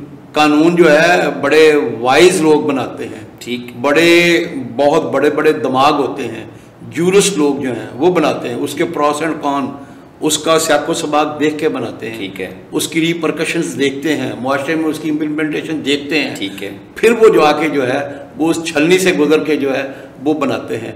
लेकिन अनफॉर्चुनेटली अगर उस पर लेटर एंड स्पिरिट पे अमल ना होगा फिर वो नताइज नहीं आते, और यही हमारा आलमी है। ठीक ठीक ठीक। शेख साहब, यानी हमारे जो लिस्ट हमने अभी बात जिक्र कर रहे हैं, यानी ये रिड्यूस हो सकती है? जी बिल्कुल हो सकती है। अगर एक स्पिरिट वो पाकिस्तानियत वाली हमारे अंदर आ जाए जी जी, तो आज भी अल्हम्दुलिल्लाह ताला हम वो मोअज़्ज़ज़ कौमों में हमारा शुमार हो सकता है। गो इस पे काम हुआ है, थोड़ा सा काम हुआ है इसमें, मैं ये बिल्कुल नहीं किसी को मुर्द इल्ज़ाम ठहराऊंगा। इस पे काम हुआ है, मुख्तलिफ लोगों ने काम किया है, पिछली हुकूमत ने भी किया था, इसने भी किया था, लेकिन काम हुआ है, अमल दरामद नहीं हो सका। ठीक हो गया, बात ये है। जी मैं समझ गया। शुरू में जब ये पॉलिसीज आती हैं तो उस वक्त 2-3 महीने बड़ा इसका जो है शोर गोगा होता है, जी ये करें वो करें फलां करें वो करें, और जब वो थोड़ा सा ढीला पड़ता है फिर वही जो है वो विशियस सर्कल शुरू हो जाता है। अल्लाह करे, मैं समझता हूँ कि इसका जो सजेशन है वो फिर यही है कि हम जो हमारी मुकन्ना है, अल्लाह उनको साहिब शऊर लोग हमें अता फरमाए इस वतन को। आमीन। और नो डाउट अदलिया अपना काम कर रही है और वकला भी हैं, और ये भी वही शऊर, वही दर्द जो है वो महसूस करें जो हमारे बानियान को था, जो उस वक्त मसाइल थे हमें। उस वक्त तो हम हिंदुओं से मार खा रहे थे, अंग्रेज़ों से मार खा रहे थे, और बहुत सारी कौमों से मार खा रहे थे, लेकिन आज तो मुसलमान को ही मारे जा रहे हैं। आज तो हम डॉक्टर साहब, सॉरी फॉर इंटरप्शन, इसमें जो है ना जी, जब तक अदारे हमारे अपना वेस्टेड इंटरेस्ट जो है ना जी वो पीछे नहीं करेंगे ना, अवाम की भलाई के लिए उस कवानीन की इम्प्लीमेंटेशन नहीं होगी, उन पे लेटर एंड स्पिरिट अमल नहीं होगा, तो ये हालात जो हैं ये फिर बदलने के चांसेस कम होते हैं। हमें चाहिए कि जो कुछ हमारे साथ हो चुका है, जैसे आपने अभी ये फरमाया कि अनफॉर्चुनेटली हमारा निज़ाम अदल में कितना नंबर आ गया है, मैं कहता हूँ कि आज भी अगर जो ट्रस्ट डेफिसिट पैदा हुआ है ना निज़ाम अदल के बारे में पब्लिक में जी, आज भी अगर ये ट्रस्ट बहाल हो जाए पब्लिक का, तो मैं कहता हूं कि ये मुकदमा करने में लोग खुशी महसूस करेंगे। अब डॉक्टर अख्तर ज़िया के साथ कोई नाइंसाफ़ी होती है, डॉक्टर अख्तर ज़िया जब ये सोचता है कि यार मैं जाऊंगा तो मुझे 5-10 साल धक्के खाना पड़ेंगे, वो कहता है कि यार चले निजी तौर पे बैठ के इसको मामले को सॉल्व कर।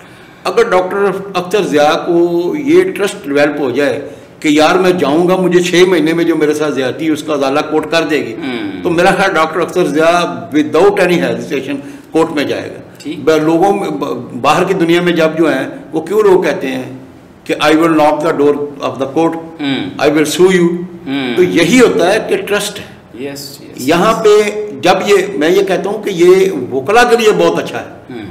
देखिए हम प्रोफेशनल लोग हैं ना जी, फीस लेनी होती है ना, जितनी जल्दी केस खत्म होंगे लोगों का ट्रस्ट डेवलप होगा, लोग सूट फाइल करेंगे। ठीक, अब हर की कोशिश होती है कि ये मामला बैठ के हम हल कर रहे हैं, तो प्रोफेशनली भी हमें नुकसान हुआ ना जी। बिल्कुल हो रहा है ना जी।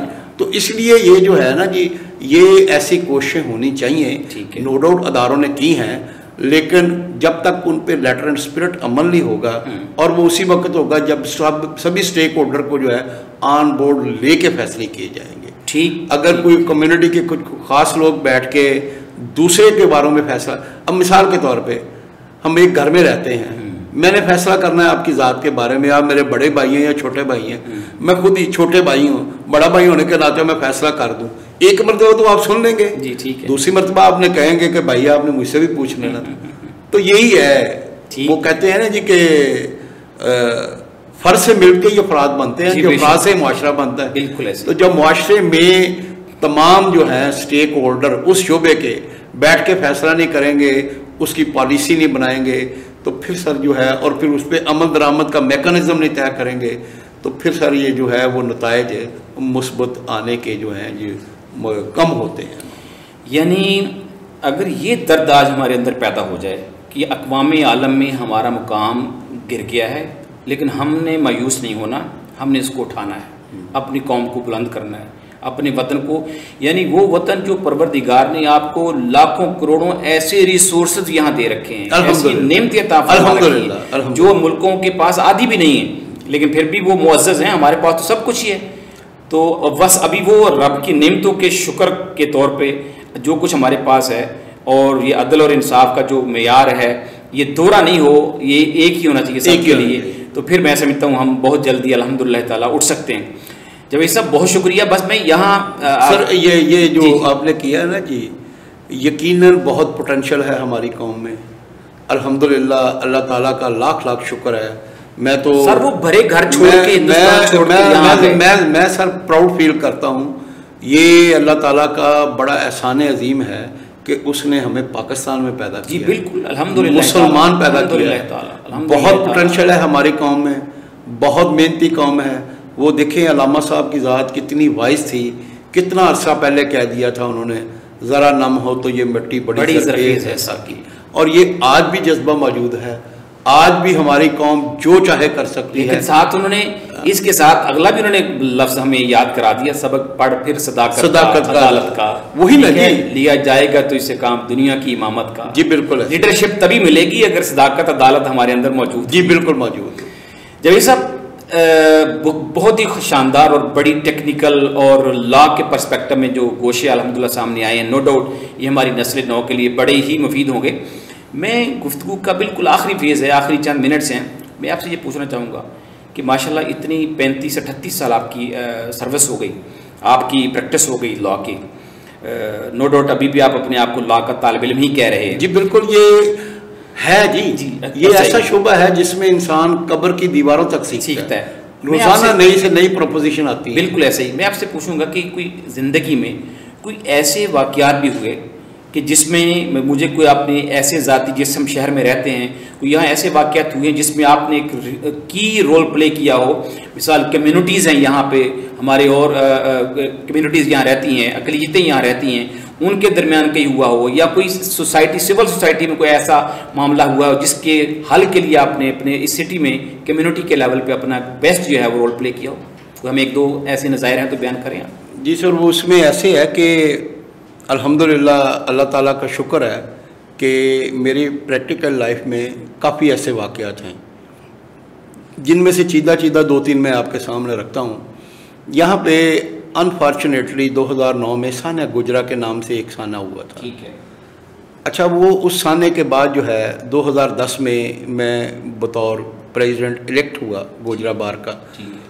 तो अभी वो सानिया गुजरा के मामला चल रहे थे। यहाँ पे एक बहुत बड़ी खलीज पैदा हो गई थी between Christian community and Muslim community, चूँकि वो तौहीन कुरान से वाक़या शुरू हुआ था, और उसके बाद जो है कुछ ऐसे वाक़यात आए जिसमें बलवाई आ गए, कुछ जैसे शर पसंद नासर लोग होते हैं, वो क्रिश्चियन बस्ती को जला दिया गया। देखिए जो भी हो, जब हम इस सिविलाइज सोसाइटी में रहेंगे तो कानून ने खुद अपना रास्ता बनाना। बिल्कुल ऐसा। अब ये तो अनारकी आ जाएगी ना, फिर जो है ये तो जंगल का कानून तो नहीं है ना जी। ठीक, नो डाउट बतौर मुसलमान हमारे भी जज्बात हैं, हम भी मुसलमान हैं, और अल्हम्दुलिल्लाह शदीद तरीन गुनाहगार होने के बावजूद जो है हमारे भी जज्बात जो हैं वो किसी दीगर मुसलमान से कम नहीं है। ठीक है। अच्छा, अब उसमें जो है एक बहुत बड़ी खलीज पैदा हो गई। उस वक्त जो है अल्हम्दुलिल्लाह अल्लाह ताला ने मुझे ये मौका दिया कि मैंने वहाँ काम किया बतौर प्रेसिडेंट बार। ठीक। वहाँ पे इंतज़ामिया के साथ मिलके पुलिस के साथ मिलके, सिविल सोसाइटी के साथ मिलके, क्रिश्चियन कम्युनिटी के साथ मिलके, अपने मुसलमान उलमा के साथ मिलके हमने मुख्तलिफ मसाजिद में इजलास किए। वहाँ पे क्रिश्चियन कम्युनिटी के लोग आते रहे, हम उनके चर्चेस में जाते रहे, हम इंतज़ामिया के पास जाते रहे। अल्लाह ताला का शुक्र है कि वो उस मेहनत के नतीजे में जो मैं भी उनमें शामिल था, यकीनन हर बंदा जो है अपने अपने लेवल पे रोल प्ले किया है। तो मैं तो मेरा तो बहुत मुमकिन है कि उसमें थोड़ा रोल हो। अच्छा, वो अल्हम्दुलिल्लाह हमने उस खलीज को उसी तरह जो है वो कम कर दिया, ख़त्म कर दिया। और अल्हम्दुलिल्लाह आज आप देखते हैं कि जैसे उस सानहा से कबल यहाँ पे हारमोनी और रवादारी थी Christian community between the Muslim community, उसी तरह से ही आज भी अल्हम्दुलिल्लाह। अच्छा, फिर उसके बाद जो है उसी पराए में उन्हीं दिनों कुछ ये हमारे बारूद का ढेर था, जंग हमारे बॉर्डर पे मौजूद है, गोजरा से कुछ ज़्यादा फासला नहीं है। ठीक है। वहाँ से कुछ लोगों ने कोशिश की आके गोजरा शहर के भी अमन को ख़राब करने की। ठीक है। शिया कम्युनिटी जो है वो उसको खरीद पैदा करने की। ठीक। उस पर भी हमने अल्हम्दुलिल्लाह काम किया। उन दिनों में मैं अमन कमेटी का मेंबर भी था। ठीक। तो वो उस पर भी हमने काम किया अल्हम्दुलिल्लाह। वो जो आग के थपेड़े इधर आना चाह रहे थे, वो जो चंगारियाँ इधर आना चाह रही थी, हमने उन पे पानी डाला और उनको रोकने की कोशिश की। और फिर उसके बाद ये हुआ कि इसी के नतीजे में वो उन दिनों क्रिश्चियन कम्युनिटी के भी कुछ लोगों ने बड़ा पॉजिटिव रोल प्ले किया था। फिर उन्होंने कहा कि जी इस सानहा में जिन लोगों ने काम किया है ना जी इंटरफेथ हार्मनी पे, वो उसका प्रैक्टिकली दिखाना चाहते हैं उनको कि इंटरफेथ हार्मनी पे कैसे काम होता है। ठीक। तो वो हमें एक ऑफिशियल डेलीगेशन बना जिसमें हमारे यहाँ गोजरा के उलमा इकराम, मुख्तलिफ मकातब फ़िक्र के और 3 वकला थे उसमें, और उसमें पुलिस ऑफिशल्स भी थे, उसमें क्रिश्चियन कम्युनिटी के उनके बिशप पादरी लोग थे, पास्टर, और यहाँ पे दूसरे पुलिस ऑफिसर। ठीक है। ये लोग जो हैं ना जी, हम तकरीबन 13-14 लोग ये ऑफिशियल विजिट पे इंग्लैंड गए। ठीक। वहाँ पे हमने बहुत कुछ सीखा। ठीक। वहाँ पे हमें वो पार्लियामेंट हाउस लेके गए, कॉमनवेल्थ हाउस लेके गए, वहाँ पे वो उनके state minister for south Asia थे, फॉरेन अफेयर के, उन्होंने हमें लेक्चर दिया। फिर जो हम मुख्तलिफ चर्चेज़ में गए, उनके जो हैं आर्च बिशप ऑफ कैंटरबरी, वो जो जैसे पोपाल होता है, ये दूसरा जो उनका फ़िरका है वो प्रोटेस्टेंट, ये प्रोटेस्टेंट है, वो कैथोलिक है, ये इनका जो बड़ा है उनसे मिले। इसी तरह वहाँ पे जो मुस्लिम कम्युनिटी है वहाँ पे क्रिश्चियन लोग हमारे साथ गए। ये बेरा शरीफ वाले पीर करम शाह साहब का इनका है, वो मुस्लिम हैंड एक NGO है, बड़ा काम कर रही है, नॉटिंगम में है, वहाँ हम गए। तो वहाँ पे हमने देखा कि तकरीबन मोर देन 50 रिलीजन हैं इंग्लैंड में जो बसते हैं, और सभी जो है वो बड़ी हार्मनी से रह रहे हैं। और वो मैसेज ला के यहाँ पे भी हमने जो है फिर मीटिंग्स की।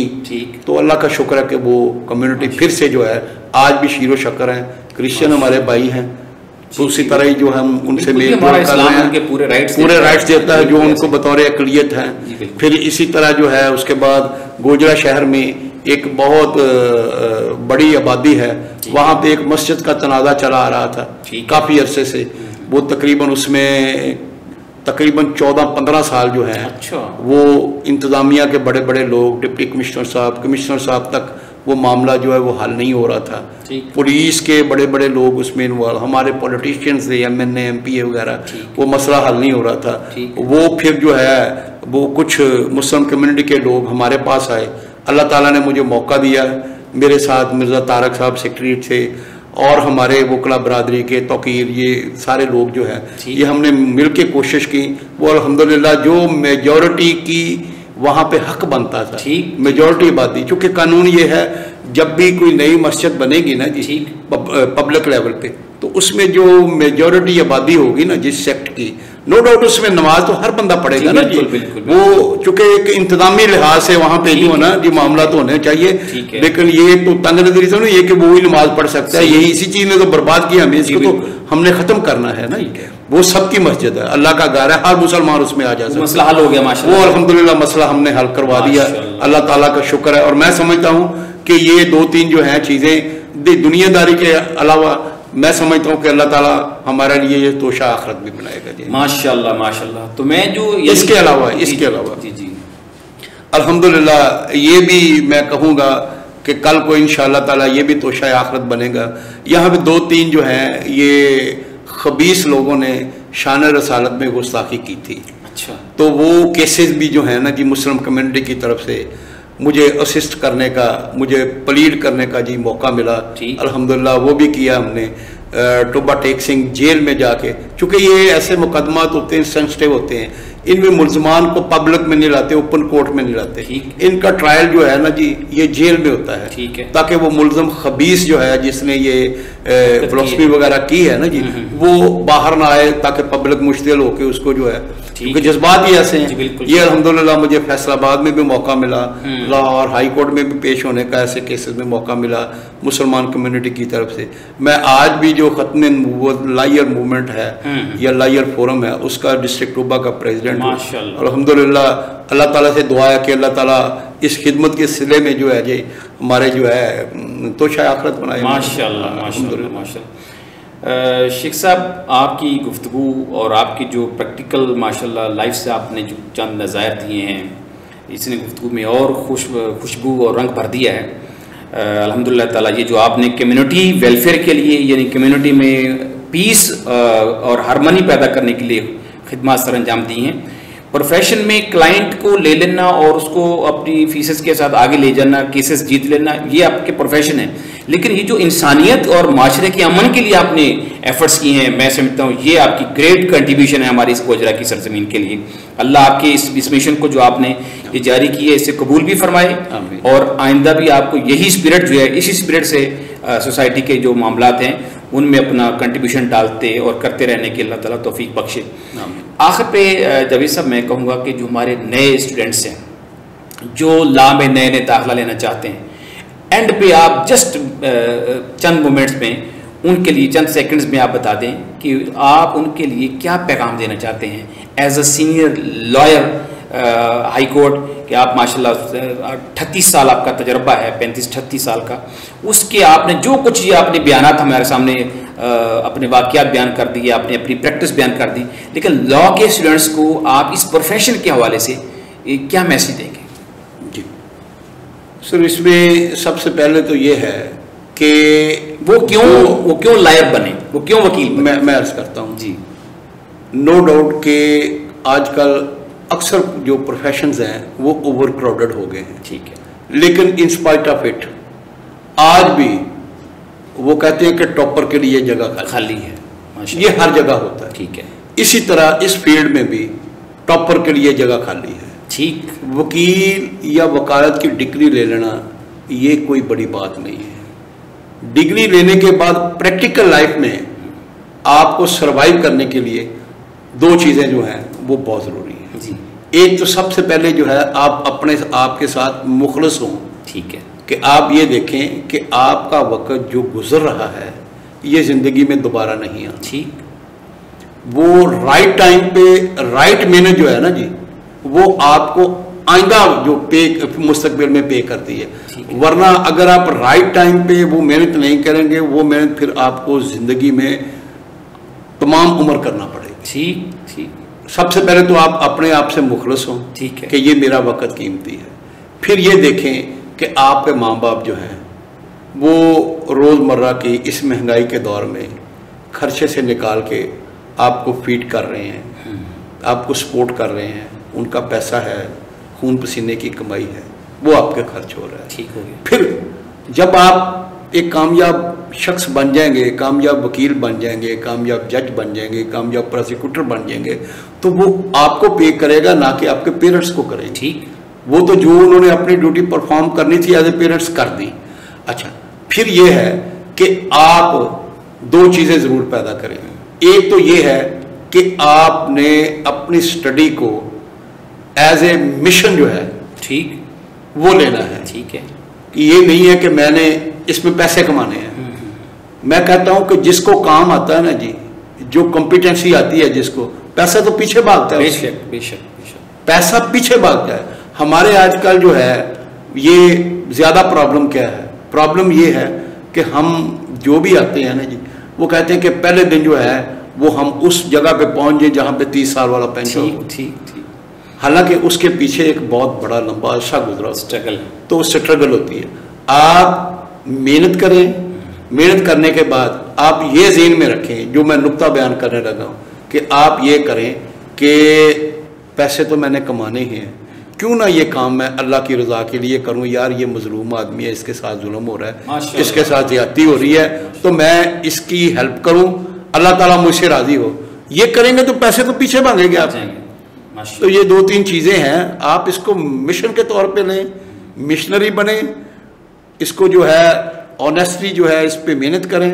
तो मैं आज भी कहता हूँ कि टॉपर के लिए जगह, माशाल्लाह, नो डाउट, के ओवर क्राउडेड प्रोफेशन है, वेरी गुड, आज भी टॉपर के लिए जगह खाली। और ये हमारे पास मिसालें मौजूद हैं। गोजरा शहर में जो नए लड़के आए हैं, उनमें से आके जिसने मेहनत की है वो आज भी सीनियर से ज़्यादा आगे निकल, माशाल्लाह। तो ये क्या मामला, नज़ायर सेट हो गए हैं। हाँ बिल्कुल, ठीक।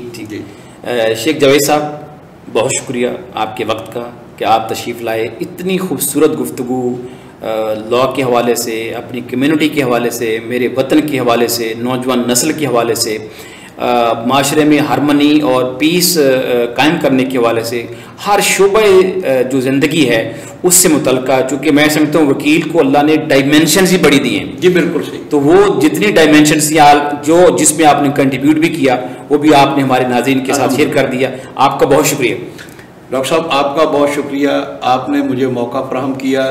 और मैं समझता हूँ कि इस छोटे से शहर में, ये आज के मीडिया के दौर में, ये आपकी बहुत बड़ी कंट्रीब्यूशन है, बहुत बड़ी काविश है कि वो कहते हैं कि जंगल में मोर नाचा किसने देखा, आपने जंगल में नाचने वाले मोरों को जो है वो लोगों को दिखा दिया। अल्हम्दुलिल्लाह सर, ये चिराग जल रहा है जी, चिराग जलेगा इंशाअल्लाह, अल्लाह पाक रोशनी हो। जज़ाकल्लाह सर, बहुत शुक्रिया, बहुत शुक्रिया, थैंक यू। जी नाजरीन, आज हमारे दरमियान मौजूद थे पाकिस्तान में वकालत के पेशे से वाबस्ता गोजरा बार के साबिक सदर, सीनियर एडवोकेट हाई कोर्ट जनाब शेख मोहम्मद जावेद साहब, और उन्होंने आज हमारे साथ एक तवील गुफ्तगू की, जो कि अल्हम्दुलिल्लाह ताला वकालत के हर गोशे पे उन्होंने रोशनी डाली, और नए आने वाले जो वकला हैं उनको सीखने के लिए उन्होंने बहुत सारे नुकात छोड़े हैं।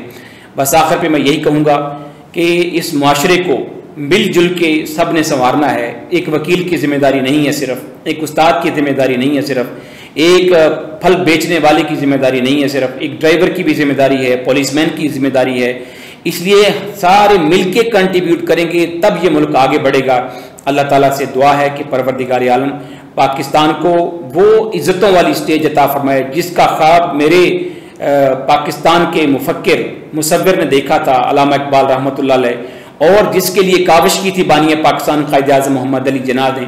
और वो उसी वक्त ही ख्वाब शर्मिंदा तभी हो सकता है कि हम सारे अफराद माशरा मिलके अपने इस वतन को, अपनी इस मादरे वतनी को, मादरे वतन को दोबारा उठाएं, अर्ज़ पाक को दोबारा उठाएं और इसे दुनिया के मुअज़्ज़ज़ ममालिक की सफ़ में शामिल कर दें।